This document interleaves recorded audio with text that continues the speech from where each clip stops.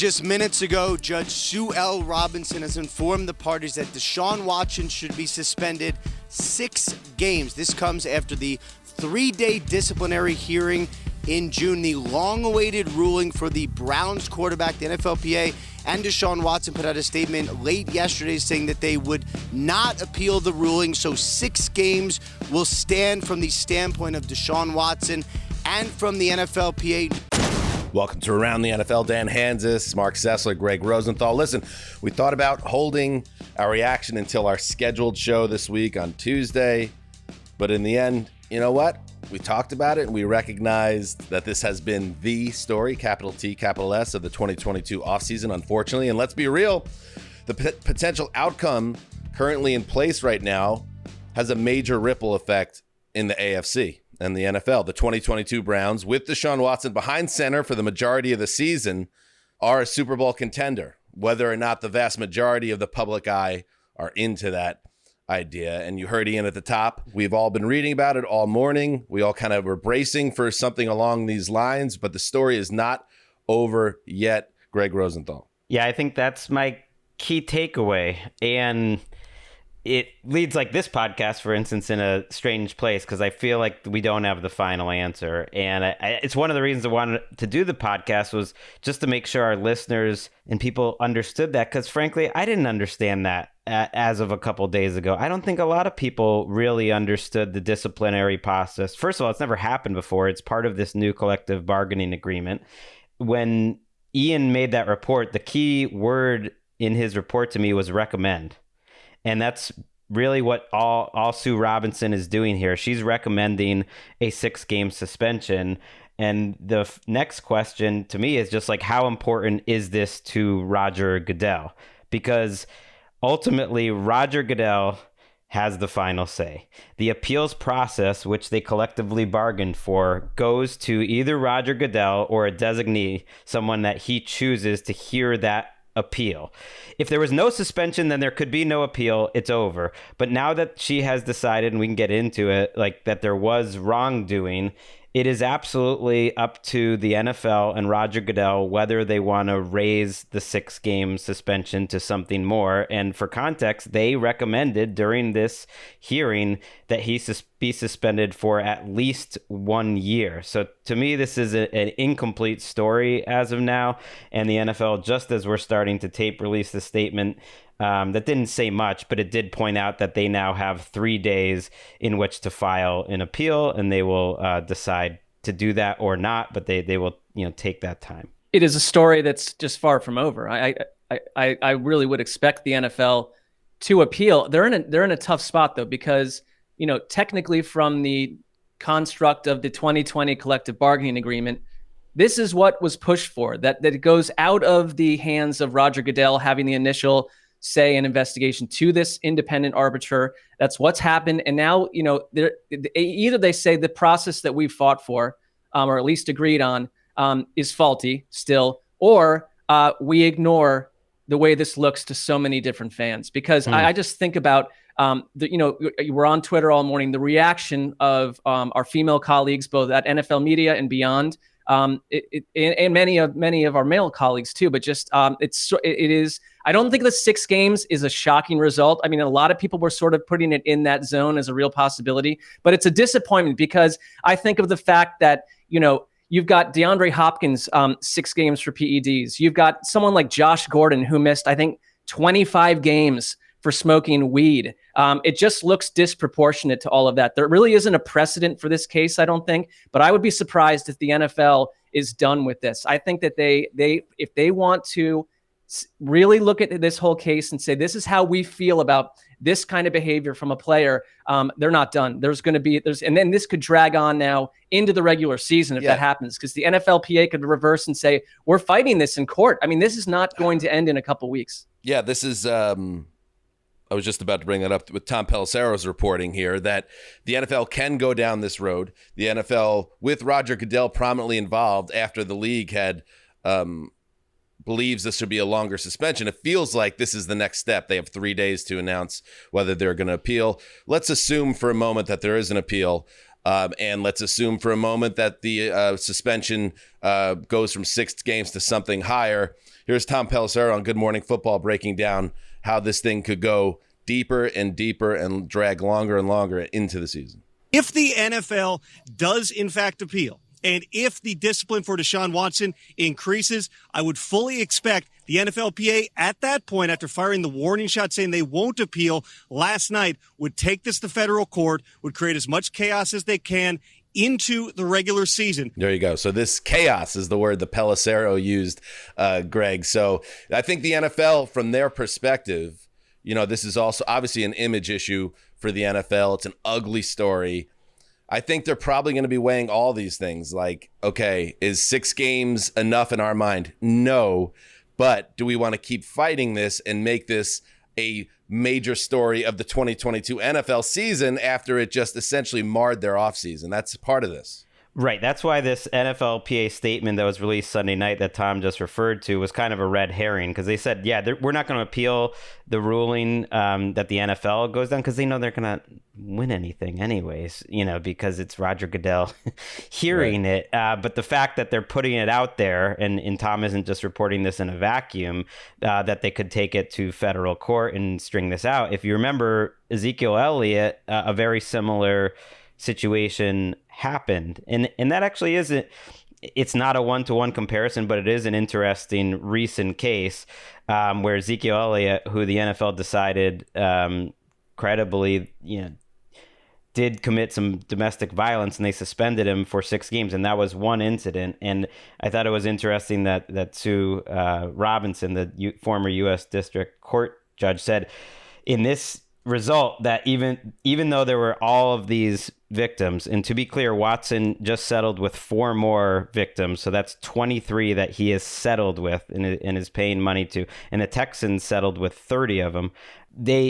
She pointed out that there was no physical violence, and she made a difference between that there wasn't violent acts. The only thing with that federal case, and we're not lawyers, and this is not our strength, this is not what we want to be diving deep into, is there's no rule that a federal judge would want to hear the case, that they would believe that it was okay. They could slap it down immediately. There is, if the NFL's goal was to get Watson suspended 1 year, their perfect outcome would be they do the appeal, Goodell or whoever he decides it's a year.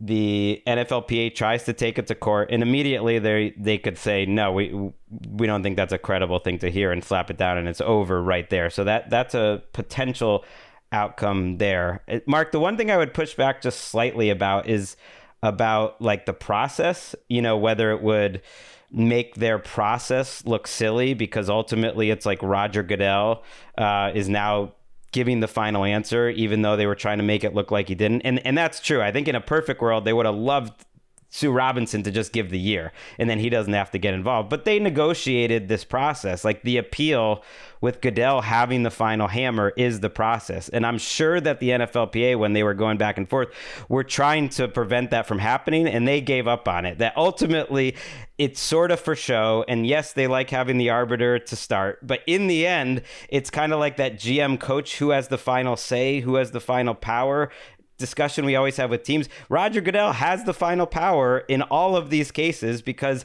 as long as there's some suspension, he gets to decide on the appeal. And to me, they bargained, and the NFLPA agreed to that he has the final say. Oh, that's fair. I mean, I first of all, I think that if you're Roger Goodell and you're the NFL, what needs to come out of this is my opinion, that you need to tell fans and people and supporters of the sport and those who cover the sport that justice be served in a way that most can agree with. And I think in general, you look at the 6-game suspension and it feels really light in comparison to other suspensions for much less, she called it egregious behavior, for much less egregious human behavior than what we know about the Deshaun Watson case. So if you're Goodell, I think this is a case where, oh yes, we did agree to this new process, but you do have that power to step in and change the result. I mean, the one thing I'd say though is that her fact finding, they're not going to reopen the case and go through it all again. That's all sealed up and done. So this could go to court. It could get messy. That for sure? That's what I read over and over, and that's what was reported. It's crazy to me that we don't see that report. And they established a precedent, which was new in the Washington Commanders investigation into Dan Snyder a couple years ago, but that was new. Usually, you remember Deflategate, we got 2 Russian novels out of Deflategate, and it's weird to me that there's a 15-page document where she explained her findings that we're not going to see, and maybe there could be pressure to get that out there too. A couple other things that I don't believe that we touched on here. 6 games. Sue Robinson recommends there's no fine. And as we know, when the story first broke and we learned about the nature of the contract, the guaranteed contract the Browns had cooked up to lure Deshaun Watson to Cleveland, the first year of salary it's a very backloaded contract. So it turns out to be about $340,000. I'm reading. I saw 333 in one place, 343 in another. So the money in terms of what this is going to cost Deshaun Watson, if this holds, is obviously for him a drop in the bucket. Also, part of the ruling from Robinson states that he's not able to get massages from any place that's not essentially team mandated, which is just, when you take a step back, how absurd that this is even something that's a major part of this. But yes, Deshaun Watson can't do that on his own anymore because of everything that's happened. It has to be from the team. And from a Cleveland Browns standpoint, again, you imagine there are, some high fives going on in Berea because this is playing out so far exactly how they hoped it would play out, which is we got this guy in the building. We finally have solved our quarterback conundrum of the last 40 years. And the suspension, they probably made the deal initially thinking there's a decent chance, given everything that's going on, that we're going to have to punt on year 1 of the contract. And everything that goes along with it. Well, that's no longer the case. If this, again, stands as it does, the Browns just have to tread water for 6 weeks. And if Watson is as good as he has been in his career, and this is forgotten now a little bit because he hasn't played in so long. He didn't play last season, of course, with the Texans. He's a damn good quarterback. And in that AFC North, I think the Browns are a major player with Watson if he hits the ground running there. So this has a major ripple effect. And, you could be very down about the Browns and what they were willing to give up to get this player in their building. But from their perspective, they won. This is a big deal for them if this is how it holds, just the way it is. I was listening to local Cleveland radio this morning just to kind of get that take and, listening to fans and some players they had on. And I think their perspective is many of them so different than what we've talked about and our angle on it and how we generally, the three of us, seem to feel. It's just, I think they do view a large chunk of the fans are just like, we're over this situation. We're tired of this story. He's going to be back playing. And I can't reconcile that personally. But that's just out there. That's going to be out there with every fan base. And, at this point, he's scheduled to come back October 23rd against the Ravens. And, people are saying, 6 games is a big chunk of the season. We know that that's just not true in the NFL. I mean, there's so much time for them to make up ground depending what happened from a football perspective. But I just cannot believe that we come out of this in the end with a 6-game suspension. I don't think part of this started with Ray Rice. I mean, it didn't start there, but that was a major flashpoint with how fans and people in general viewed the NFL's process on things like this. That was egregious. This is egregious. If this ends up at 6 games, I'll be stunned. I can't believe this is the final move by the league. I agree, which is why I'm struggling to say that much definitive because I want to find out the final answer first. Before we move on to what it's going to be for the Browns, I want to know what the answer is of how many games Jacoby Brissett and I just think for all the fans celebrating and for all the people understandably frustrated with this result. My take would just be let's see, because the NFL went pretty hard recommending minimum year during the hearing. That was pretty hard. They went to the mat trying to get him suspended that far, saying that they wanted to. And if they really believe that in their souls that was the right thing to do, they can do it. That's it. They can choose. If the same people who are pushing for the year suspension are going to get to decide if he still is suspended for a year, and maybe that'll get mixed up in federal court cases, maybe not, and that might be a long shot for the NFLPA to overturn anyways. So it all just feels incomplete. And everyone, look, if you missed most of our Watson episodes in the offseason, God bless you. It's not like we enjoy this topic, but I think we've been pretty clear about where we stand on it, and we've talked a lot about it. You mentioned Ray Rice. Just one last quick thing is just there wasn't video of this, and no one cared about Ray Rice that much until there was video. And it does make you think, like, look, if there was a video of this, not that anyone would want to see any of it, like that would have an impact. The amount of women that he ended up settling with out of court is just hard to wrap your mind around. And that's what I think the NFL knows, that like any talking point from the agent, which is clearly coming from the agent, it's like, well, the NFL has to decide whether they make their process look bad. It's like, no one cares about their process. This is a brand new process we just learned about yesterday. Second of all, the appeals is the process. The process the whole time that the NFLPA agreed to was Roger Goodell gets the final say in the end. Unless there's no suspension, in which he can't just like create one whole cloth.